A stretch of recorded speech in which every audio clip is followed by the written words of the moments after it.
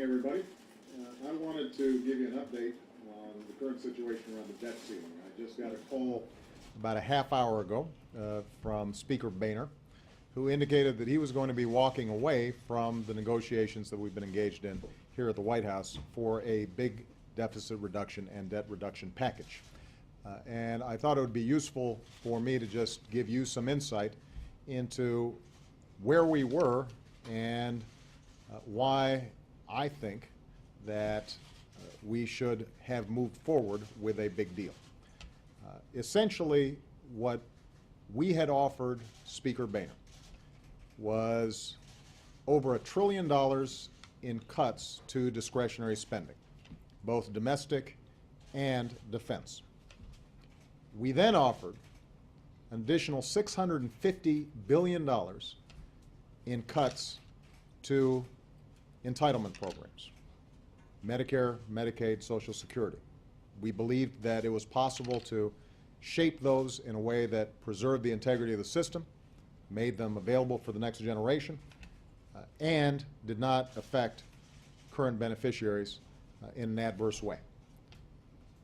In addition, what we sought was revenues that were actually less than what the Gang of Six signed off on. So you had a bipartisan group of senators, including Republicans who are in leadership in the Senate, calling for what effectively was about $2 trillion above the Republican baseline that they've been working off of. What we said was give us $1.2 trillion in additional revenues, which could be accomplished without hiking tax rates, but could simply be accomplished by eliminating loopholes, eliminating some deductions, and engaging in a tax reform process that could have lowered rates generally while broadening the base.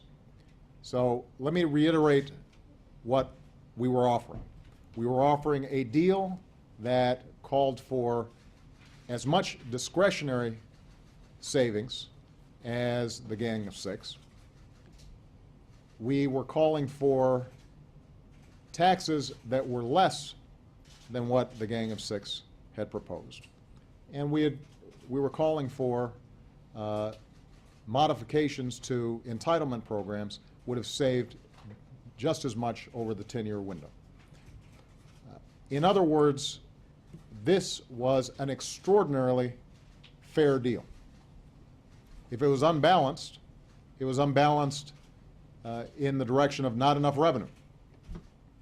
But in the interest of being serious about deficit reduction, I was willing to take a lot of heat from my party, and I spoke to Democratic leaders yesterday, and although they didn't sign off on a plan, they were willing to engage in serious negotiations, despite a lot of heat from a lot of interest groups around the country, in order to make sure that we actually dealt with this problem. It is hard to understand why Speaker Boehner would walk away from this kind of deal, and frankly, if you look at the commentary out there, there are a lot of Republicans that are puzzled as to why it couldn't get done. In fact, there are a lot of Republican voters out there who are puzzled as to why it couldn't get done. Because the fact of the matter is, the vast majority of the American people believe we should have a balanced approach. Now, if you do not have any revenues, as the most recent Republican plan that's been put forward both in the House and the Senate proposed, if you have no revenues at all, what that means is more of a burden on seniors, more drastic cuts to education, more drastic cuts to research, a bigger burden on services that are going to middle-class families all across the country. And it essentially asks nothing of corporate jet owners, it asks nothing of oil and gas companies, it asks nothing from folks like me, who've done extremely well and can afford to do a little bit more. In other words, if you don't have revenues, the entire thing ends up being tilted on the backs of the poor and middle-class families. And the majority of Americans don't agree on that approach. So here's what we're going to do. We have now run out of time. I told Speaker Boehner, I've told Democratic leader Nancy Pelosi, I've told Harry Reid, and have told Mitch McConnell I want them here at 11 o'clock tomorrow.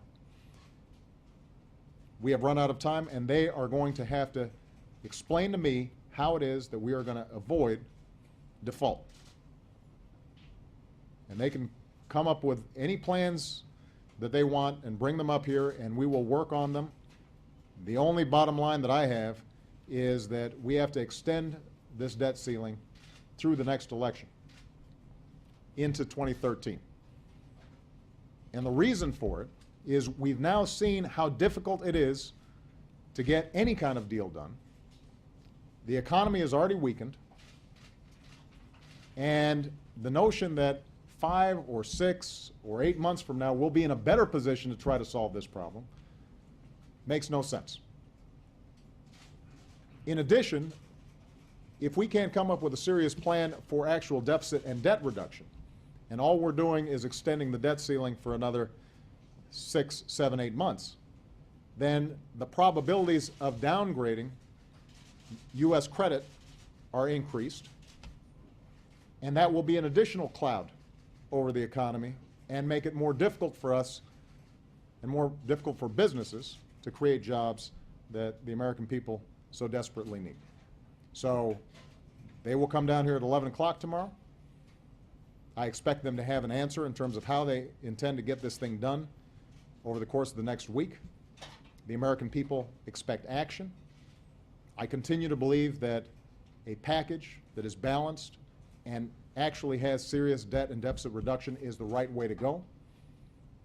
And the American people, I think, are fed up with political posturing and an inability for politicians to take responsible action as opposed to dodge their responsibilities.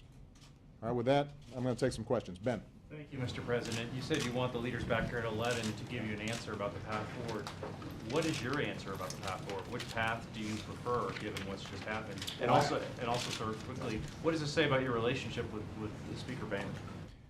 Well, with respect to my relationship with Speaker Boehner, we've always had a cordial relationship. We had very intense negotiations. I'm going to have my team brief you exactly on how these negotiations proceeded. Up until sometime early today, when I couldn't get a phone call returned, my expectation was that Speaker Boehner was going to be willing to go to his caucus and ask them to do the tough thing but the right thing. I think it has proven difficult for Speaker Boehner to do that. I've been left at the altar now a couple of times. And I think that one of the questions that the Republican Party is going to have to ask itself is, can they say yes to anything? Can they say yes to anything? I mean, keep in mind, it's the Republican Party that has said that the single most important thing facing our country is deficits and debts. We've now put forward a package that would significantly cut deficits and debt. It would be the biggest debt reduction package that we've seen in a very long time. And it's accomplished without raising individual tax rates. It's accomplished in a way that's compatible with the no tax pledge that a whole bunch of these folks signed on to because we were mindful that they had boxed themselves in. And we tried to find a way for them to generate revenues in a way that did not put them in a bad spot. And so the question is, what can you say yes to? Now, if their only answer is what they've presented, which is a package that would effectively require massive cuts to Social Security, to Medicare, to domestic spending, with no revenues whatsoever, not asking anything from the wealthiest in this country or corporations that have been making record profits, if that's their only answer, then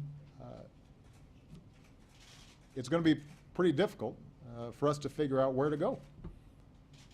Because the fact of the matter is, that's what the American people are looking for, is some compromise, some willingness to put partisanship aside, some willingness to ignore talk radio or ignore activists in our respective bases and do the right thing. And to their credit, Nancy Pelosi, Harry Reid, the Democratic leadership, they sure did not like the plan that we were proposing to Boehner. But they were at least willing to engage in a conversation because they understood how important it is for us to actually solve this problem. And so far, I have not seen the capacity of the House Republicans in particular to make those tough decisions. And so then the question becomes, where's the leadership? Or, alternatively, how serious are you actually about debt and deficit reduction? Or do you simply want it as a campaign ploy going into the next election? Now, in terms of where we go next, here's the one thing that we've got to do. At minimum, we've got to increase the debt ceiling. At minimum. I think we need to do more than that. But as I've said before, Republican leader McConnell in the Senate put forward a plan that said he's going to go ahead and give me the responsibility to raise the debt ceiling. That way, folks in Congress can vote against it, but at least it gets done. I'm willing to take the responsibility. That's my job. So if they want to give me the responsibility to do it, I'm happy to do it. But what we're not going to do is to continue to play games and string this along for another 8, 9 months and then have to go through this whole exercise all over again. That we're not going to do. Jessica Young. Standing here tonight, Mr. President, can you assure the American people that they will get their Social Security checks on August 3rd? And if not, who's to blame? Well, when it comes to all the checks, not just Social Security, veterans, people with disabilities, about 70 million checks are sent out each month. If we default, then we're going to have to make adjustments. And I'm already consulting with Secretary Geithner in terms of what the consequences would be. We should not even be in that kind of scenario. And if Congress, and in particular, the House Republicans, are not willing to make sure that we avoid default, then I think it's fair to say that they would have to take responsibility for whatever problems arise in those payments. Because let me repeat, I'm not interested in finger pointing and I'm not interested in blame, but I just want the facts to speak for themselves. We have put forward a plan that is more generous to Republican concerns than a bipartisan plan that was supported by a number of Republican senators, including at least one that is in Republican leadership in the Senate. Now, I'll leave it up to the American people to make a determination as to how fair that is. And if the leadership cannot come to an agreement in terms of how we move forward, then I think they will hold all of us accountable. But that shouldn't even be an option. That should not be an option. I'm getting letters from people who write me and say, at the end of every month, I have to skip meals. Senior citizens on Social Security who are just hanging on by a thread. Folks on, who have severe disabilities, who are desperate every single month to try to figure out how they're going to make ends meet. But it's not just those folks. You've got business contractors who are providing services to the federal government, who have to wonder, are they going to be able to get paid? And what does that do in terms of their payrolls? You've got just a huge number of people who, in one way or another, interact with the federal government. And even if you don't, even if you're not a recipient of Social Security, even if you don't get veterans benefits or disabilities, imagine what that does to the economy when suddenly 70 million checks are put at risk. I mean, if you're a business out there, that is not going to be good for economic growth. And that's the number one concern of the American people. So we've got to get it done. It is not an option not to do it. Your degree of confidence? I am confident simply because I cannot believe that Congress would end up being that irresponsible that they would not send a package that avoids a self-inflicted wound to the economy at a time when things are so difficult. Scott Horsley. Mr. President, can you explain why you were offering a deal that was more generous than the Gang of Six, which you seem to be embracing on Tuesday when you were here? Because what had become apparent was that Speaker Boehner had some difficulty in his caucus. There are a group of his caucus that actually think default would be okay and have said that they would not vote for increasing the debt ceiling under any circumstances. And so I understand how they get themselves stirred up and the sharp ideological lines that they've drawn. And ultimately, my responsibility is to make sure that we avoid extraordinary difficulties to American people and American businesses. And so, you know, unfortunately, when you're in these negotiations, you don't get 100% of what you want. You may not even get 60 or 70% of what you want. But I was willing to try to persuade Democratic leadership as well as Democratic members of Congress that even a deal that is not as balanced as I think it should be is better than no deal at all. And I was willing to persuade Democrats that getting a handle on debt and deficit reduction is important to Democrats just as much as it's important to Republicans. And frankly, a lot of Democrats are persuaded by that.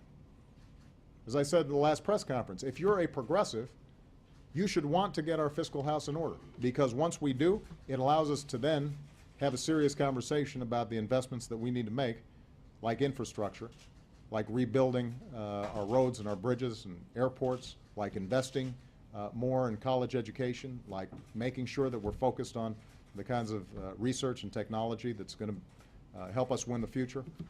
It's a lot easier to do that when we've got our fiscal house in order. And that was an argument that I was willing to go out and make to a lot of skeptical Democrats, as you saw yesterday. But ultimately, that's what we should expect from our leaders. If this was easy, it would have already been done. And I think what a lot of the American people are so disappointed by is this sense that all the talk about responsibility, all the talk about the next generation, all the talk about making sacrifices, that when it comes to actually doing something difficult, folks walk away.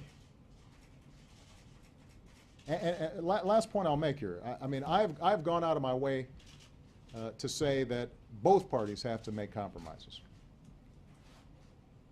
And I think this whole episode has indicated the degree to which at least a Democratic president has been willing to make some tough compromises. So when you guys go out there and write your stories, this is not a situation where somehow this was the usual food fight between Democrats and Republicans. A lot of Democrats stepped up in ways that were not advantageous politically. So we've shown ourselves willing to do the tough stuff on an issue that Republicans ran on. Nora. Mr. President, there seems to be an extraordinary breakdown of trust involved here.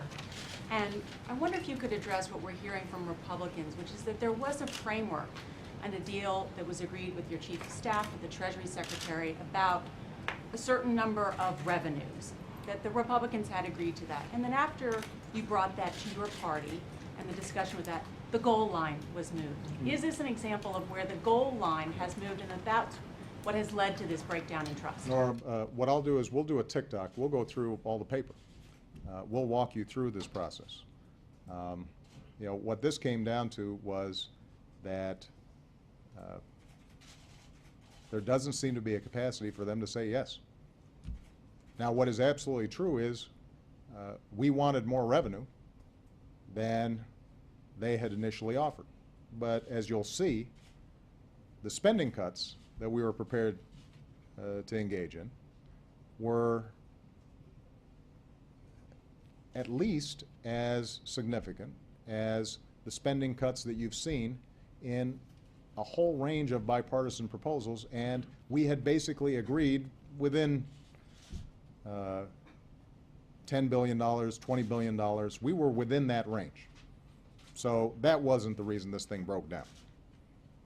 And we were consistent in saying that it was going to be important for us to have at least enough revenue that we could protect current beneficiaries of Social Security, for example, or current beneficiaries of Medicare, that we weren't slashing Medicaid so sharply that states suddenly were going to have to throw people off the health care rolls. And we were consistent in that. So I want to be clear. I'm not suggesting that you know, we had an agreement that was signed, sealed, and delivered. The parties were still apart as recently as yesterday. But when you look at the overall package, there's no changing of the goalposts here. There has been a consistency on our part in saying we're willing to make the tough cuts and we're willing to take on the heat for those difficult cuts, but that there's got to be some balance in the process. What I've said publicly is the same thing that I've said privately, and I've done that consistently throughout this process. Now, with respect to this breakdown in trust, I think that you know, we have operated above board consistently. There haven't been any surprises. I think the challenge really has to do with the seeming inability, particularly in the House of Representatives, to arrive at any kind of position that compromises any of their ideological preferences. None. And you've heard it. I mean, I'm not making this up. I think a number of members of that caucus have been very clear about that. And But they were willing to give on some revenues, apparently. absolutely. But what you saw, and again, you know, you'll see this from the description of the deal. Essentially, what they had agreed to give on is to get back to a baseline. This starts getting technical, but there were about $800 billion in revenue that were going to be available. And what we said was, when you've got a ratio of $4 in cuts for every $1 of revenue, that's pretty hard to stomach. And we think it's important to make sure that whatever additional revenue is in there covers the amount of money that's being taken out of entitlement programs. That's only fair. If I'm saying to future recipients of Social Security or Medicare that you're going to have to make some adjustments, it's important that we're also willing to make some adjustments when it comes to corporate jet owners or oil and gas producers or people who are making millions or billions of dollars. Wendell. Where's Wendell? Wendell's not here. Leslie. Is Leslie here? Yes. There you go. Mr. President, thank you. You've said that your bottom line has been the big deal. That's not going to happen. Are you going to be willing to go back to just raising the debt ceiling bill? Well, I think I've been consistently saying here in this press room and everywhere that it is very important for us to raise the debt ceiling. We don't have an option on that. So if that's the best that Congress can do, then I will sign a extension of the debt ceiling that takes us through 2013. I don't think that's enough. I think we should do more. That's the bare minimum. That's the floor of what the American people expect us to do. So I'd like to see us do more, and when I meet with the leadership tomorrow, I'm going to say, let's do more. But if they tell me that's the best they can do, then I will sign an extension that goes to 2013, and I will make the case to the American people that we've got to continue going out there and solving this problem. It's the right thing to do, and it's time to do it. We can't keep on putting it off. And you suggested that Speaker Boehner didn't return phone calls this afternoon. Could you elaborate a little bit on that? You know, I'm less concerned about me having to wait for my phone call return than I am the message that I received when I actually got the phone call. I'm going to make this last question. Go ahead. Yeah, the markets are closed right now, Yeah. obviously. What assurances can you give people on Wall Street? Are you going to be reaching out to some people on Wall Street so that when Monday comes, we don't see a reaction to the news that's developing right now? Well, I think it's very important that the leadership understands that Wall Street will be opening on Monday, and we better have some answers during the course of the next several days. What can you say to people who are watching, who work on Wall Street, who might find this news a bit alarming, perhaps? Well, I think what you should say, here's what I'd say. I remain confident that we will get an extension of the debt limit and we will not default. I am confident of that. I am less confident at this point that people are willing to step up to the plate and actually deal with the underlying problem of debt and deficits. That requires tough choices. That's what we were sent here to do. I mean, the debt ceiling, that's a formality. Historically, this has not even been an issue. It's an unpleasant vote, but it's been a routine vote that Congress does periodically. It was raised 18 times when Ronald Reagan was president. Ronald Reagan said default is not an option, that it would be hugely damaging to the prestige of the United States. And we shouldn't even consider it. So that's the easy part. We should have done that 6 months ago. The hard part is actually dealing with the underlying debt and deficits and doing it in a way that's fair. That's all the American people are looking for, some fairness. I can't tell you how many letters and emails I get, including from Republican voters, who say, look, we know that neither party is blameless when it comes to how this debt and deficit developed. There's been a lot of blame to spread around. But we sure hope you don't just balance the budget on the backs of seniors. We sure hope that we're not slashing our commitment to make sure kids can go to college. We sure hope that we're not suddenly throwing a bunch of poor kids off the Medicaid rolls so they can't get basic preventative services that keep them out of the emergency room.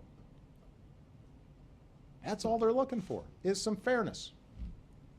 Now, what you're going to hear, I suspect, is, well, you know, if the Senate is prepared to pass the cap, cut, and balance bill, the Republican plan, then somehow we can solve this problem. That's serious debt reduction. It turns out, actually, that the plan that Speaker Boehner and I were talking about was comparable in terms of deficit reduction. The difference was that we didn't put all the burden on the people who are least able to protect themselves, who don't have lobbyists in this town, who don't have lawyers working on the tax code for them.